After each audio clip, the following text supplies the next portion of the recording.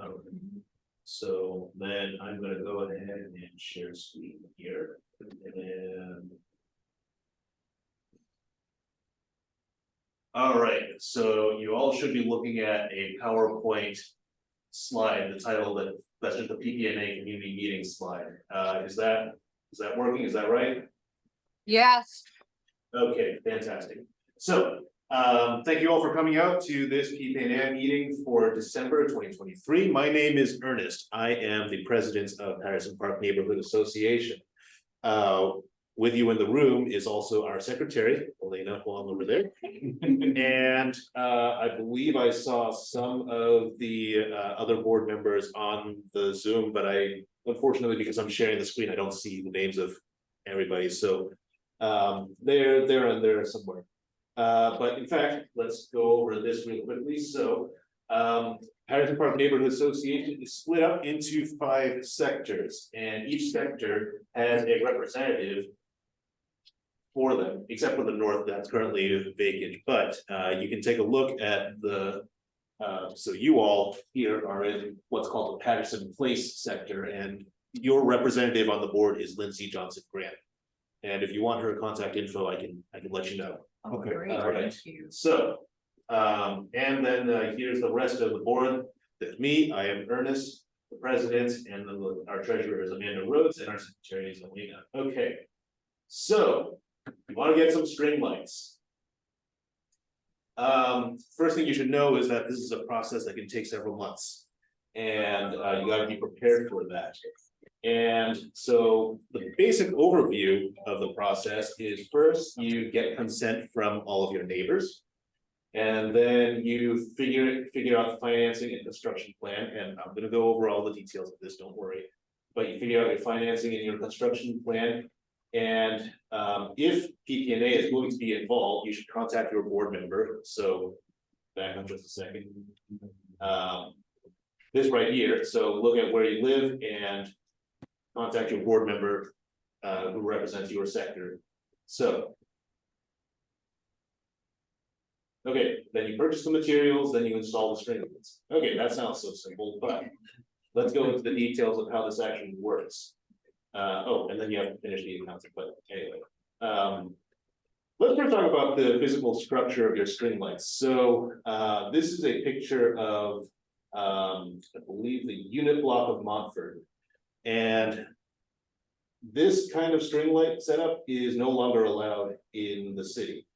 I actually don't know why they did that, but they say that string lights going across from rooftop to rooftop across the road is no longer allowed. So if you're going to install string lights, they have to look like this. So you may have seen these around. What you've got here, just physically speaking, is you've got a cable that runs parallel to the street.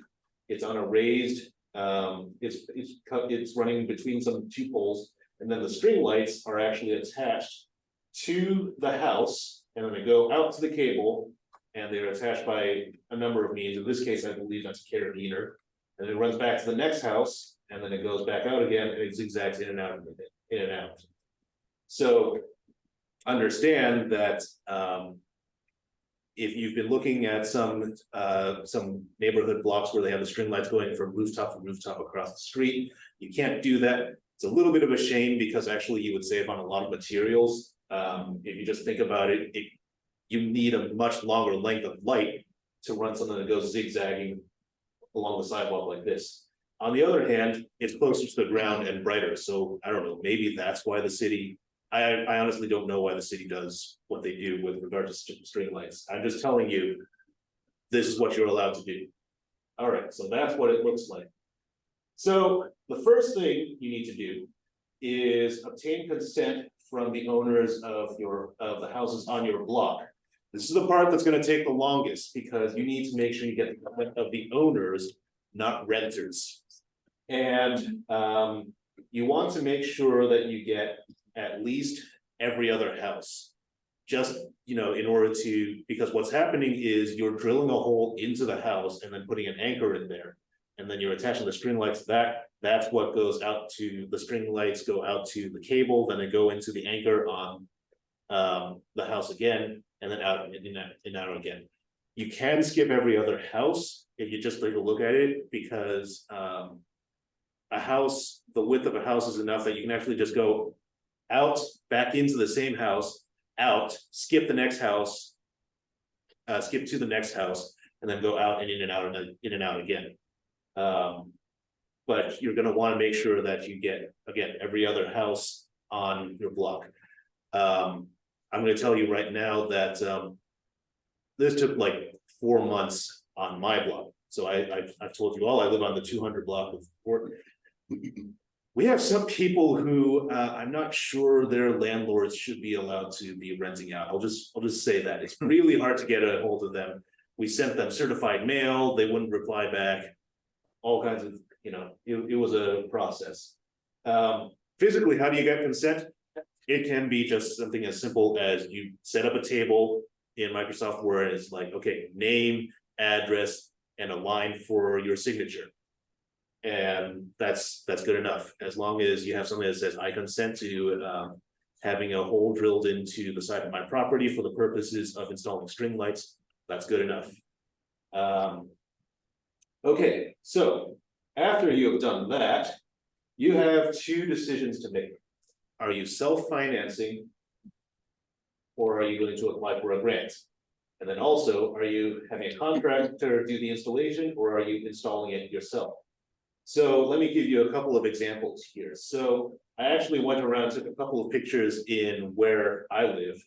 And so the 100 block of North Milton, and also the 200 and the unit block, actually, in fact, they self-financed and self-installed. In other words, the neighbors paid for everything themselves. They didn't seek any grant funding or anything like that. And also, they apparently have some very handy people who were able to do this installation themselves.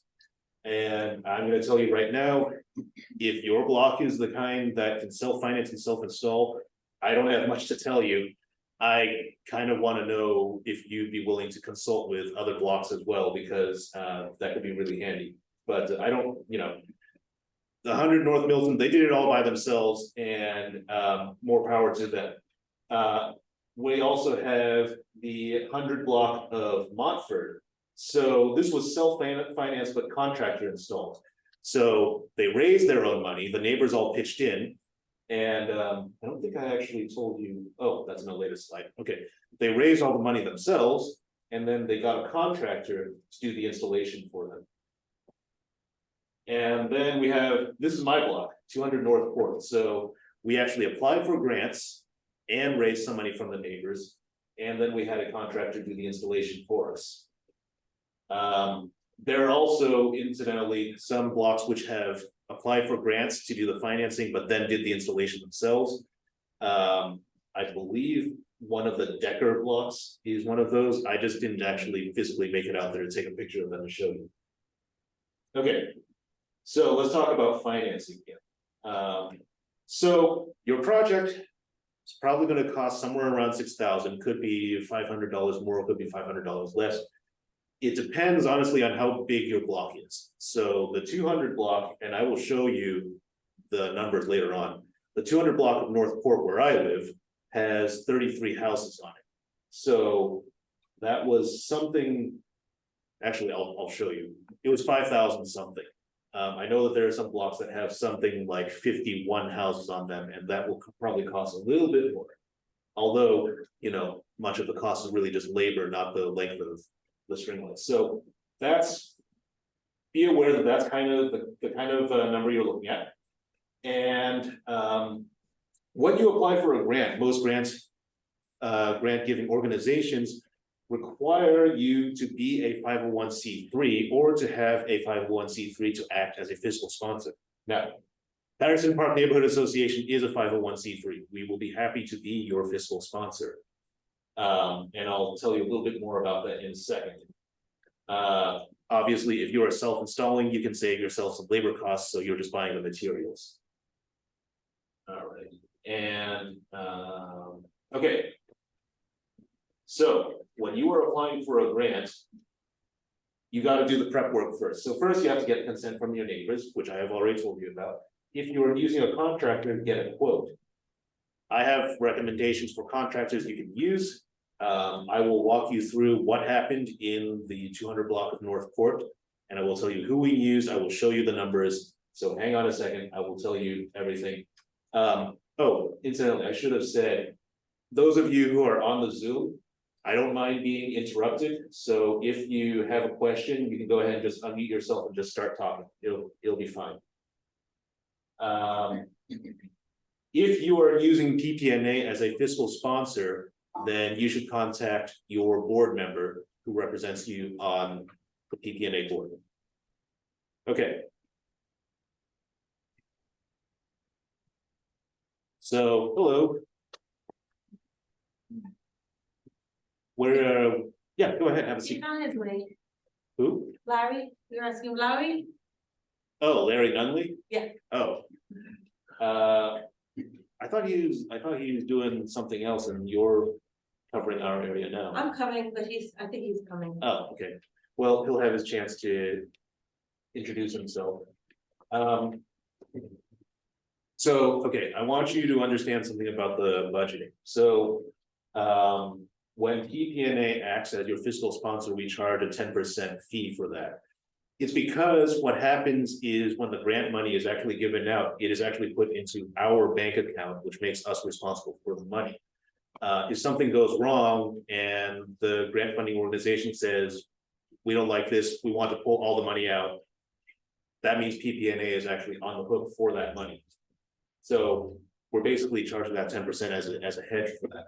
It does also pay for our operations and so on. So again, if you have a budget of $6,000 and you're using PPNA as a fiscal sponsor, you're going to add a line item there for $600 saying the PPNA fiscal sponsorship fee. This is very standard. No grant funding organization is going to blink at that. They know that that's very standard practice. You should also understand that if there are cost overruns, we cannot cover that for you. And you can't go back. I mean, you can try to go back to the grant funding organization and say, we ran over budget, we need more money. You can try that. I can tell you every time somebody has tried that, it hasn't really worked. So you might want to build a little wiggle room into your budget to say like, okay, well, just in case, we're going to add another couple $100 for this, just in case there are cost overruns. It hasn't really been a problem in the past. So if you've gone around the Patterson Park neighborhood, you've probably seen lots of string lights. Very few of them have actually gone over budget from what I have seen. The only cases I know of are actually in the past couple of years when inflation increased the price of a couple of items and materials. But, you know, I would say that when you're drawing up your budget, probably add another $300 on top of that in your grant request. The worst that can happen is you end up with some extra, you just return it back to the grant organization. They're fine with that. Okay. So that's your budget. And oh, so that's my reminder to show you what the actual numbers look like. So, all right, here we go. And switch to this and share screen again. Okay, so you all should be looking at a spreadsheet now. Somebody tell me, I mean, in the room you can see it, but on Zoom, are you seeing this quote? Yes, we're seeing it. Okay, great. So when 200 block of North Court decided to do a string light, we worked with a guy named Chris Broughton. Pretty much every string lighting project you see in the southeast of Baltimore. Well, okay, not every single one of them. A couple of them, as I said, have been self-installed, but if they were not self-installed, if they were done by a contractor, 95% of the time it was this guy, Chris Broughton.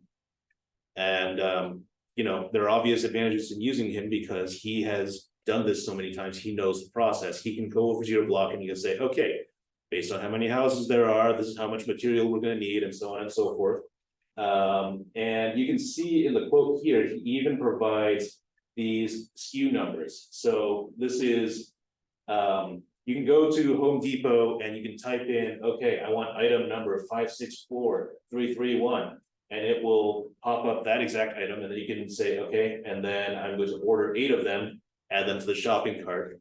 And you can just go down like that, but anyway. So what he has here is, these are the materials. And you or whoever is managing the project, you are going to be responsible for buying it and storing it somewhere. So he's got these items from Home Depot. He said that he was gonna provide these items himself. He had them around from previous projects or something. And then there were a couple of orders from Amazon. So he actually provides a link here. And I won't click on it, but if you want to know the actual Amazon item for the string lights, it is this one, and that's what everybody uses. Okay, so this gives you an idea. All right, and then so down at the bottom here. Okay, so the bottom line for his quote in the 200 block of North Port was $4,667.73, or $4,667.73. And you know, like I said, 200 North Port is one of the shorter blocks. Some other blocks can be a little bit longer, but that's why I said, you know, be prepared to somehow come up with around $6,000. Now, you see here that he quotes $1,750 for labor for the house and $350 to set poles, because in this particular block, in order to set that cable going along the street, he had to set down some poles and stretch the cable across it. If you are installing yourself, then you get to save this money. So I'm going to pause for a second. Does anybody have any questions about this quote? I know this is a lot of numbers and I'm throwing a lot of information for you, so I'm just going to stop here and make sure I'm not losing anybody. And Ernest, unrelated to the quote, we have a question in the chat from a minute back, okay, asking whether a block that's busy, if that's a barrier for getting lights. I don't see why it would be. That's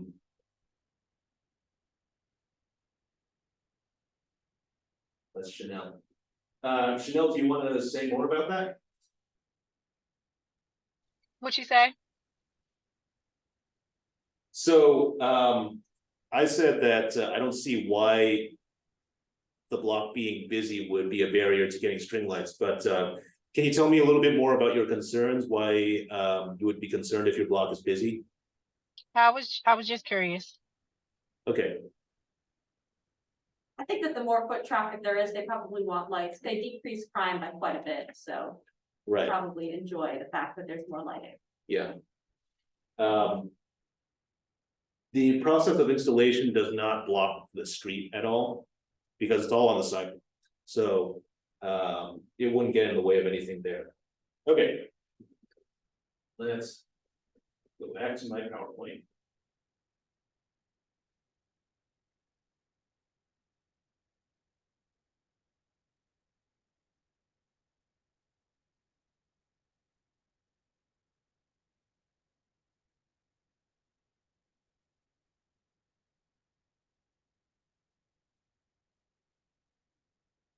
There we go.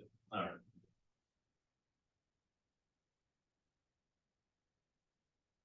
So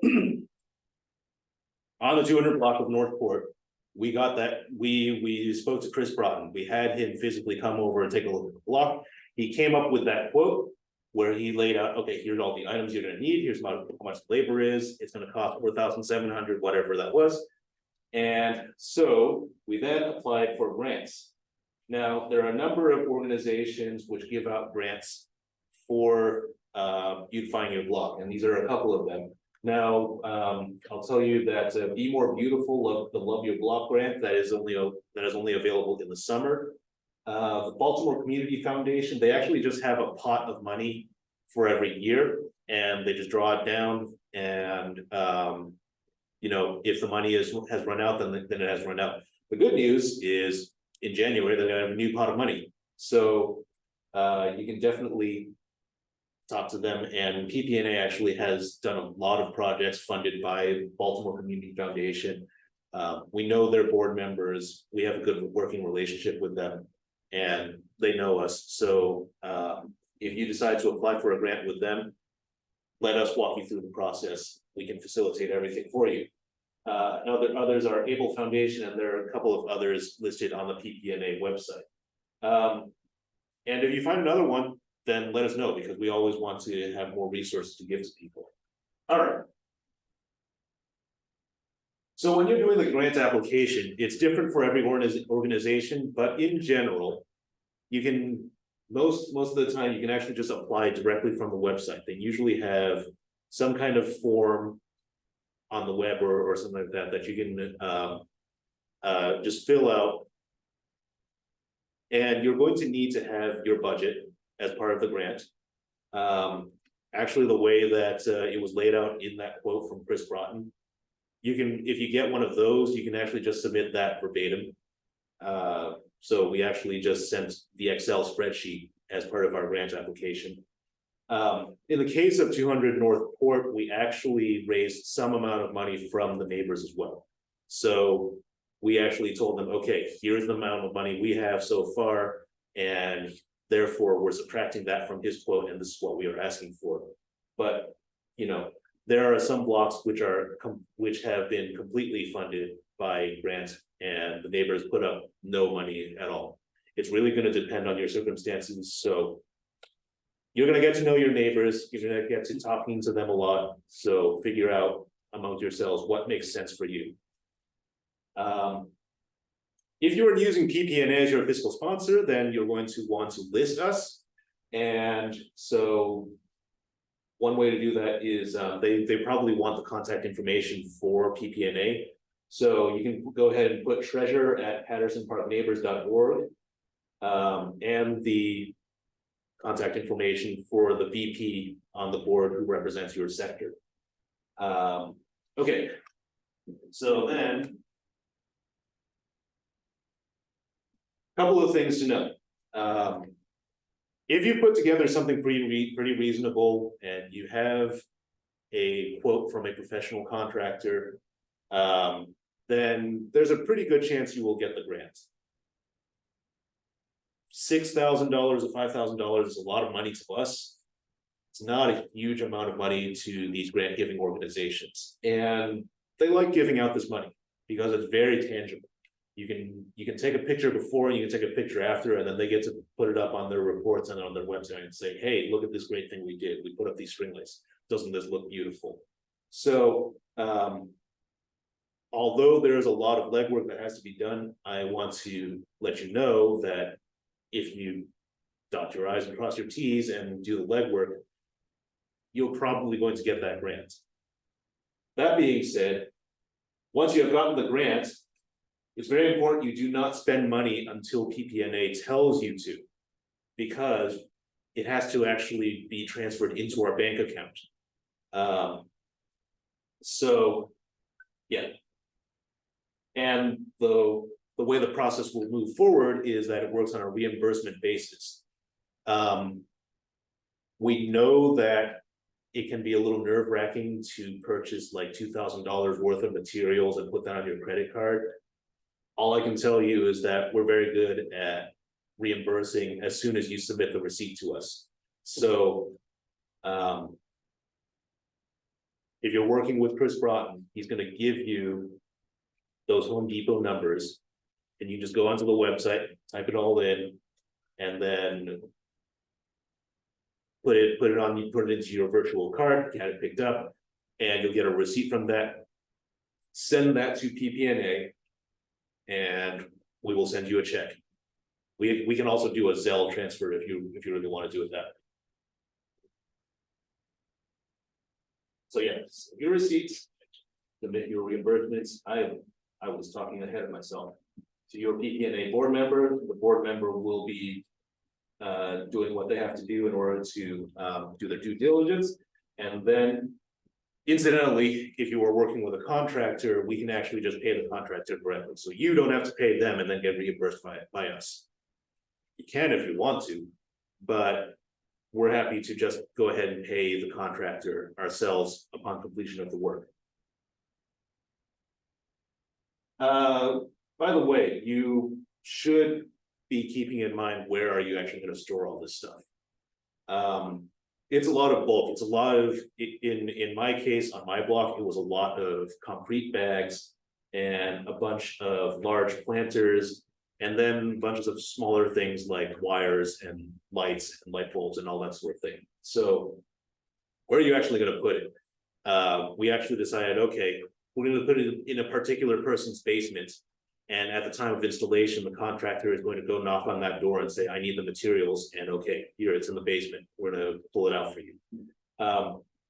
Just something to, it tripped up some people when they purchased the material and they said, hey, wait a minute, we don't know where we're putting all of this. So learn from us, don't make that mistake, plan ahead. Okay. All right. So what spreadsheet was I talking about? Oh, okay.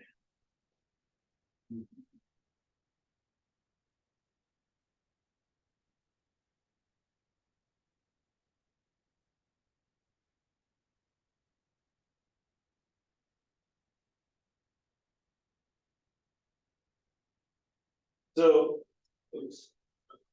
Share screen.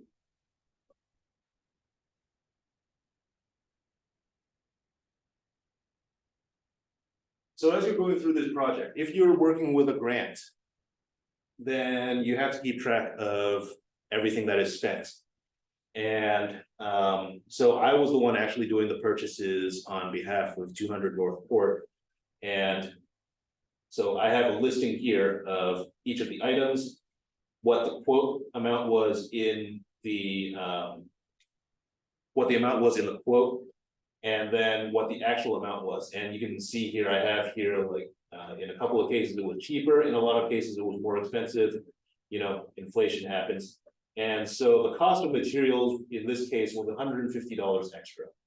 Not a big deal, we were able to cover that, but this is, again, you need to be prepared for that to happen. Cost of labor for your contractor probably will not go up. That's not the nature of contract work, but materials, their prices will fluctuate, and that's just the nature of the thing. If you want to have this spreadsheet, I am happy to email it to you, so that you can use that for your own account. And if you want to, the other, this quote over here, with all the items and everything, like, it's not going to be the exact same thing for your block, but if you want to see this as an example, I'm happy to send this to you. None of this is a secret. This was just the accounting, and we're a 501c3 nonprofit. All of our accounting is supposed to be transparent and available to everybody. So if you want to see what the materials are, hey, maybe you want to look at this and say, hey, we think we can install this ourselves. Here are all the items you're going to need. If you want to do that, then go for it. But with that being said, I guess the bottom line is that, okay, I don't know if I'm sharing the right thing. Sorry. You think I would be better at this?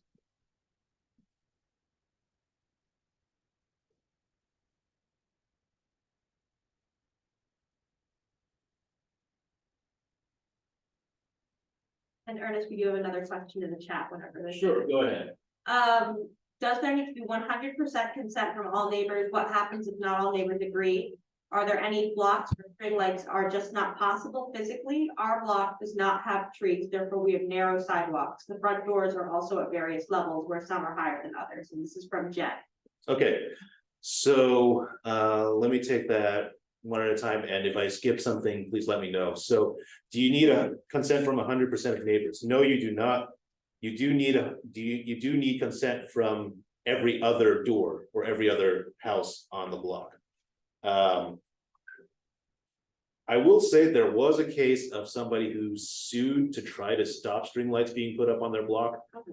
And we don't know how, well, it dragged on for a while, and then that person actually died, so there was no resolution to the case. Hopefully you won't run into any. I don't wanna, speak ill of the dead, so I'll just say that, hopefully you do not have any neighbors who are opposed. You may have people who cannot give consent because they are renters, or they cannot contribute financially, that's fine, but you do not need 100% of your neighbors. The more you can get, the better, but just look down your block and just, if you miss a couple, or even if you only get 50%, if it's every other door, you'll be fine. The height of the doors, so the anchor points for the lights are actually pretty high up. They're actually high enough that you need a, so on the, I showed you Milton, where they had those string lights, and I told you that they installed it themselves. They actually need a 10-foot ladder to get up high enough to install those anchors and reach the lights. Now, is that the height that's going to be useful for your block? I don't know. I would say ask a professional about that. You said that you don't have trees on your block, and neither do I. 200 Northport does not have trees on our block. And there was no problem with that. Did I cover everything? Yes, you did. Thank you so much for answering that. This is Jen. Another one that just popped in my mind was there are, I believe, just 2 houses on my block that are actually 2-row homes converted into one big home. Yes, okay. I don't know. And so these might be dumb questions. So sorry about that. But No, go ahead.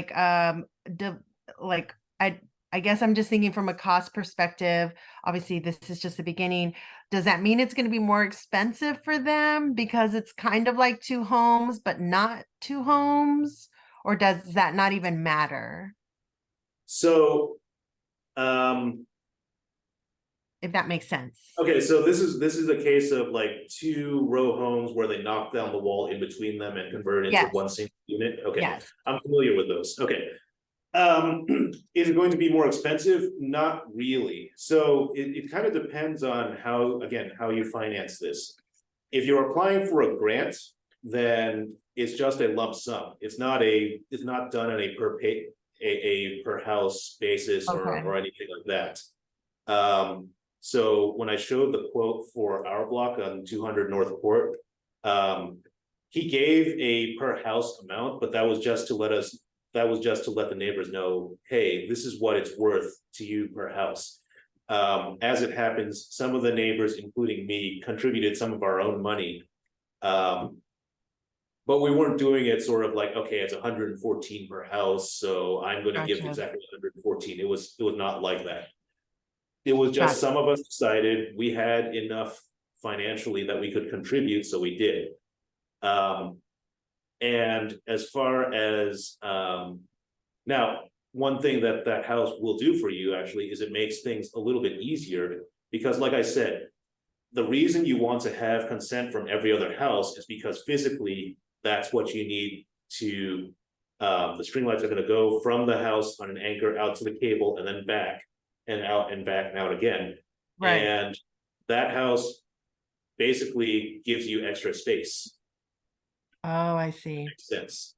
Yes. So, you might be able, because of that, you might be able to skip over one house on either side of that particular house if you need to.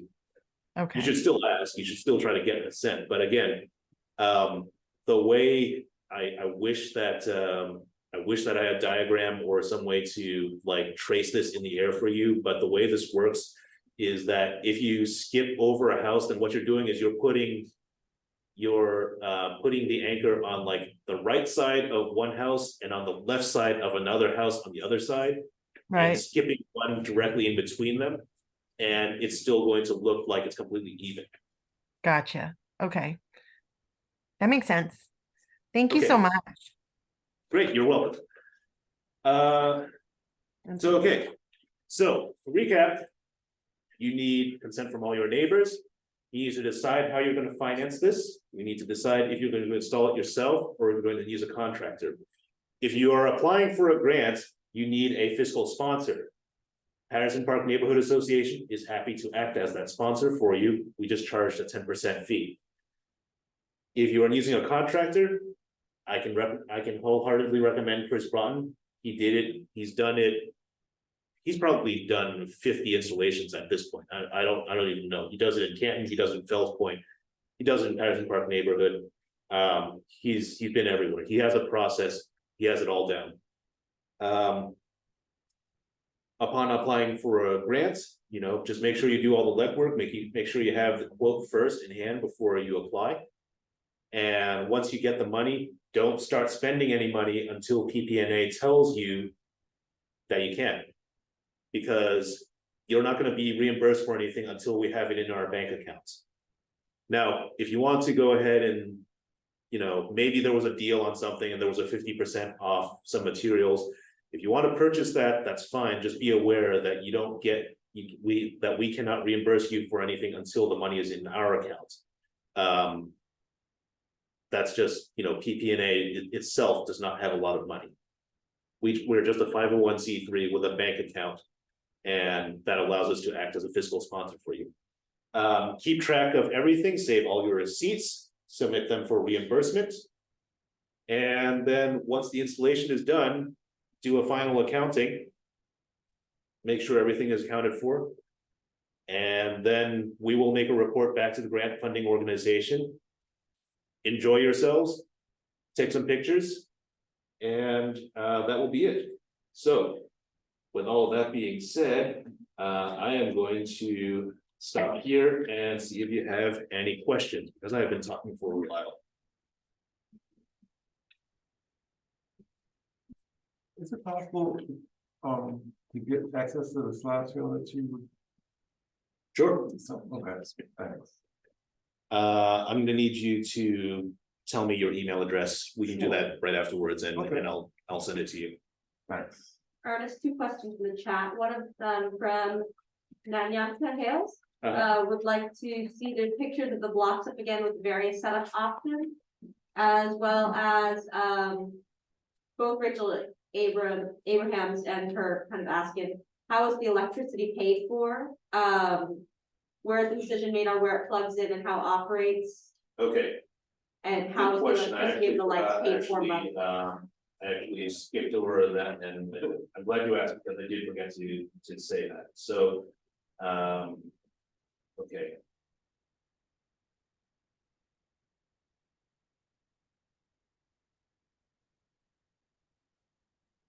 So, all right, I'll go ahead and run through these pictures.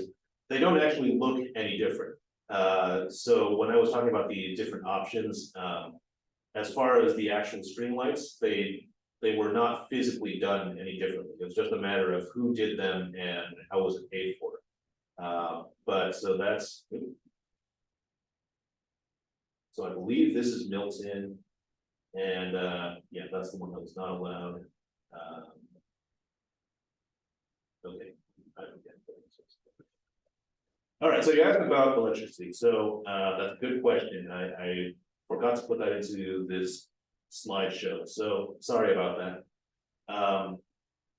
So they are powered by an external outlet, and it's just a standard external outlet. It's got 3 prongs, just like the ones inside.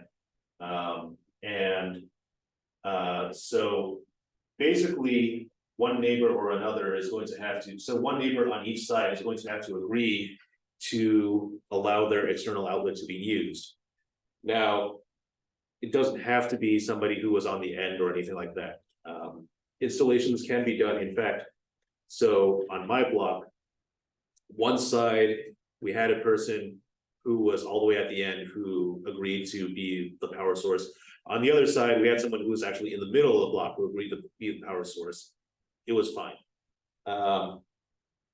As far as the electricity costs, I'm going to tell you right now that on the 200 block, the people who agreed to let their outlets being used, it's something like $10 per year in electricity costs.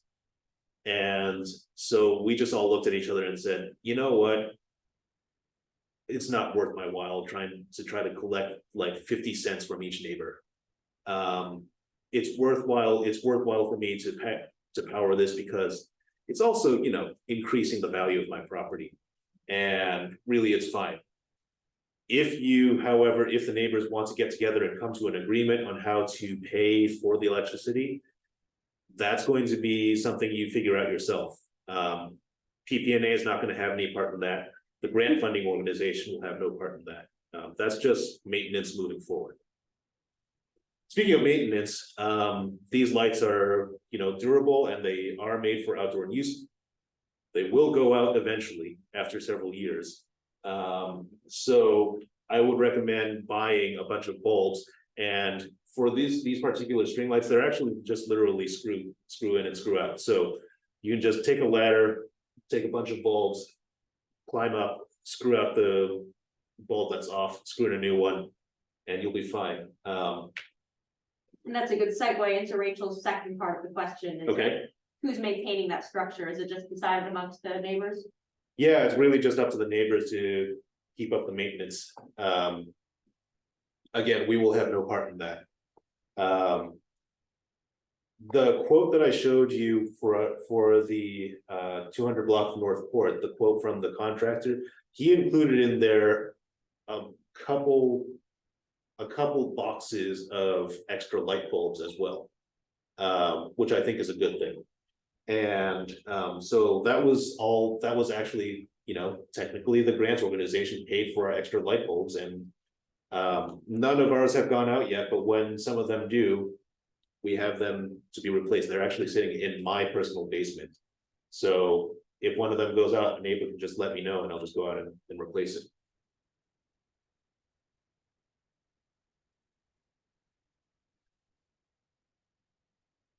Gonna keep you asked to see some of these pictures, so here's, yeah. All right, that's it.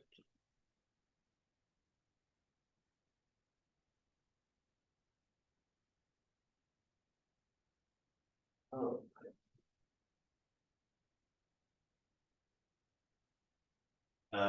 Okay, and now I can see the chat. Okay, has there ever been an instance where somebody has opted in, but then the house changed owners and the new owner wanted out?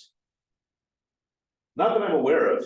I suppose it's possible. I feel like they would be buying it knowing that the string lights are attached to it. Yeah, you would hope so. And again, I only know a few people who are opposed to the idea of string lights. So I guess all I can say is, like, you know, it's a process that takes several months. It's possible that a house will switch hands in that time and it will switch to somebody who just like adamantly opposes string lights. If somebody decides to file a lawsuit, all I can tell you is that it's been done before, but the case was not resolved because it became moot. So legally, we don't know what would happen if somebody said just like, I really do not want string lights on my block, because you need someone's permission to drill an anchor into the side of their house, sure. But the sidewalk does not belong to them. They don't get to decide, hey, I don't want extra light on my street. But then again, maybe the courts will decide differently. And I don't know what the precedent is. There hasn't been a precedent. But if you've walked around our neighborhood long enough, you've seen lots of these string light projects go up. They seem to make everybody happy. So I say go for it. Any other questions?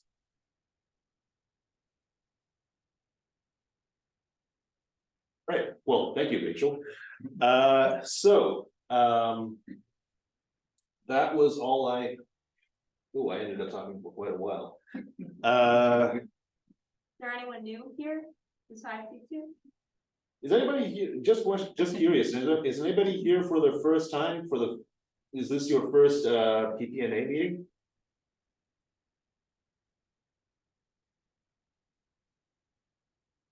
Okay, Well,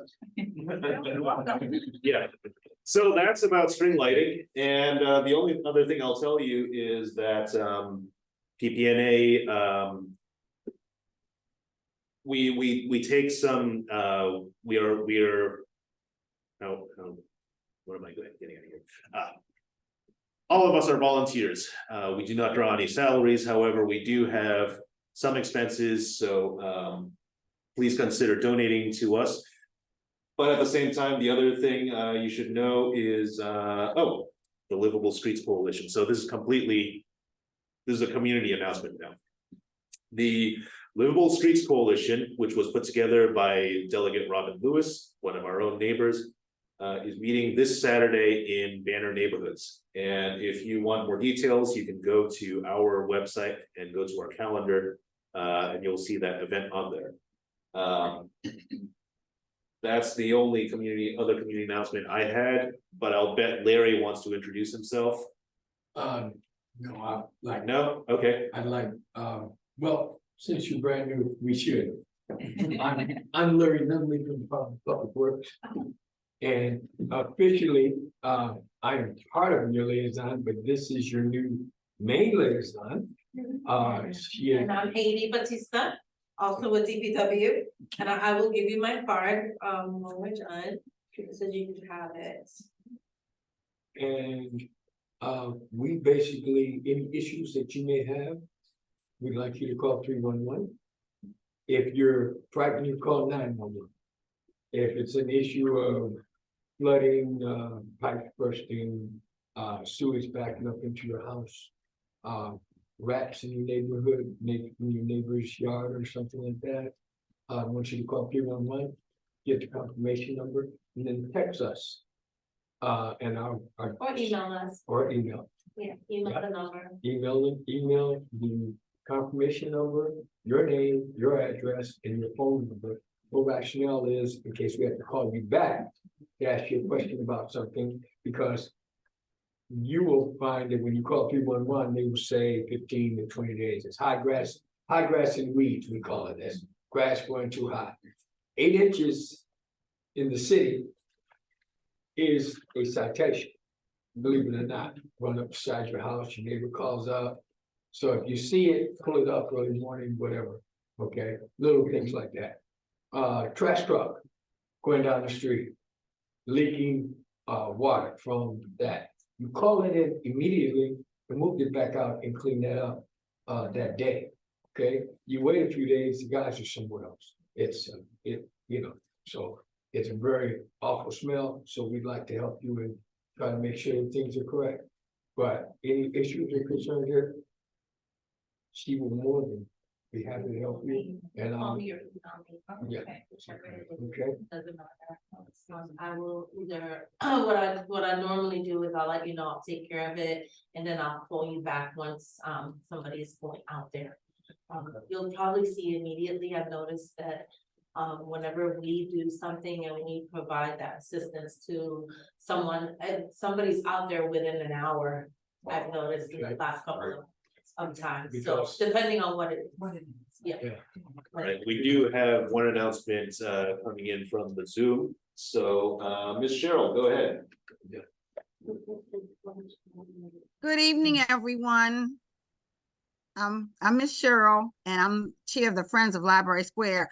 But I want to speak to you about a fundraising event. This is like a save the date card. Super Bowl Sunday, February 11th, 2024. We will be having a fundraising Super Bowl party for PPNA. More details will be given out in January, but just a heads up, when we release the tickets, there's only going to be 40 tickets available. So please make sure you get one. I don't have the exact cost yet, but the location is off the rocks at 3232 Eastern Avenue. There's a room over them. Because I know if you're thinking, if you ever been to Off the Rocks, how you gonna have a Super Bowl party there? No, but there's a room, I think it's on the 3rd floor over their building with 70-inch with two 70-inch large TVs. So what, your ticket's gonna include, of course, a partial donation to PPNA. We're gonna have some food, and Off the Rocks is gonna give you a discount on any alcoholic beverages that you want to buy there to take up to the Super Bowl party, because there won't be any alcohol included. So don't make any plans for Super Bowl. Please plan to celebrate with us and help support the neighborhood association. Thank you. And Miss Cheryl will bring her famous brownies, right? I was gonna do the red velvet cupcakes. That's what I'm, or brown, either one. I She's gonna may bring- bring alright. both. Who knows? I may bring both. You're gonna make me up my game, because I bake stuff too, and when she brings her red velvet cupcakes, I'm like, oh no, I gotta do something special now. I have a question. Yes, Where is your desserts? I came specifically for Yeah, the I was desserts looking for today. the cookies when I came in, I looked on the table and utterly disappointed. I was not expecting very many people in the room, so. see. Yeah. All right. Yeah, and I'm not there either, so Ernest and I couldn't do our baking competition tonight. Yes. Larry, I'm still baked out from Thanksgiving. I did 14 sweet potato pies. Ooh. And you didn't save me one. I mean, I can just come to the door. You can just slide it up under the. Okay, I'm gonna put you on the list for Christmas.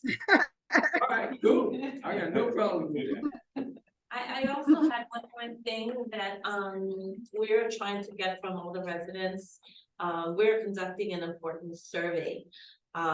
Joy, I think, had put it out on your website last month. The survey is to find out your preferences in receiving and interacting with emergency information during a critical situation. So I have the survey on my phone. I don't have the paperwork. If you want, you can scan it. It'll open up approximately 16 questions on what your preferences are, and just submit it, because we're gonna be reviewing it in the new year. And I'd like to get as many residents as I could possibly can. I will give it to you, or send you an email of it too. So I sent it to Joy. I know she said she submitted it. I don't know if you saw it or if you took the survey. No, but if you can email it to us, we'll be happy to put it into our monthly Okay. announcements. Yes, thank you. Ernest, where's the Livable Streets Coalition meeting and what time is it? I went to their website and it's actually a dead link. So the actual event would be helpful. Okay, so it's Banner Neighborhood, which is on Pulaski. Hang on a second, I'll grab that for you. Pulaski and Curly.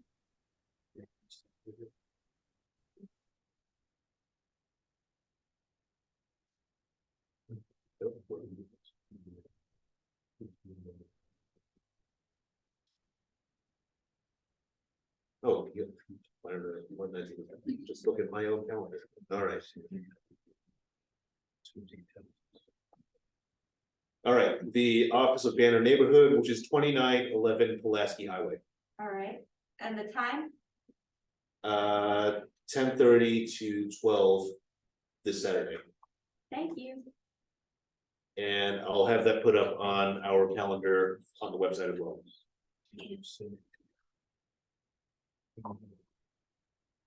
All right, it is now 7:30. The library closes at 8, so they will kick us out. And we do need time to wrap up and clean up, but thank you all for coming out. I know this is a narrow topic which only some people are interested in, but I hope it was useful to you. And my email address is president@pattersonparkneighbors.org. And, or just go to pattersonparkneighbors.org, the website. You'll find all the contact info for all of us there. All right. Thank you very much. And next time we see you, it will be 2024. All right. Merry Christmas. Happy New Year. Happy New Year. Nice meeting everyone.